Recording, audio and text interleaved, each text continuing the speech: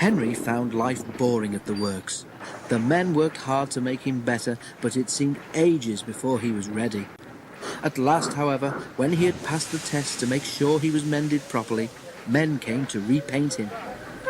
But Henry saw that instead of nice green paint, they had something very different in their paint pots.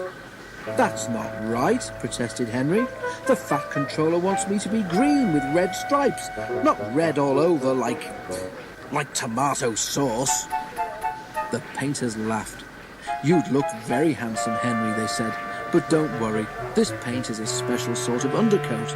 You shall have proper green with red stripes before we've finished." "Undercoat," muttered Henry in disgust.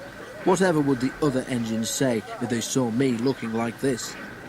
The men laughed and carried on painting. Early next morning, his driver came. "Wake up, Henry," he said. "There's an emergency at the big station, and the Fat Controller says you're to help." "But I can't go like this," exclaimed Henry. "They'd all laugh like anything." "No choice," said his driver. "The diesel pulling the express has failed, and the Fat Controller needs you to take over. It's either us or a long walk for the passengers, and you know the Fat Controller wouldn't like that." The fireman raised steam as quickly as he could, and Henry, blushing with embarrassment, set off for the big station. The Fat Controller was pleased to see him. "I feel so silly looking like this," complained Henry. The Fat Controller laughed. "You do look unusual, Henry," he agreed, "but you have helped me out of a very awkward situation, so don't worry about it." But Henry did worry. Soon, too soon for Henry, it was time to start. The express was heavy, and Henry felt the drag of the coaches. "We'll need help on Gordon's Hill today," remarked his driver. But they were in trouble earlier than that. As they approached Edward Station, the brakes went wrong on the last coach of the train, and they had to stop and uncouple it. To make matters worse, Donald, who should have been there to help, had been called away. Henry had to push the coach into a siding himself, and, without Donald, there was no one to help him on the hill. "Never mind," comforted his driver. "You can do it. You're an enterprising engine, remember?" Henry snorted. He didn't feel very enterprising just then. The men at the works had mended Henry well.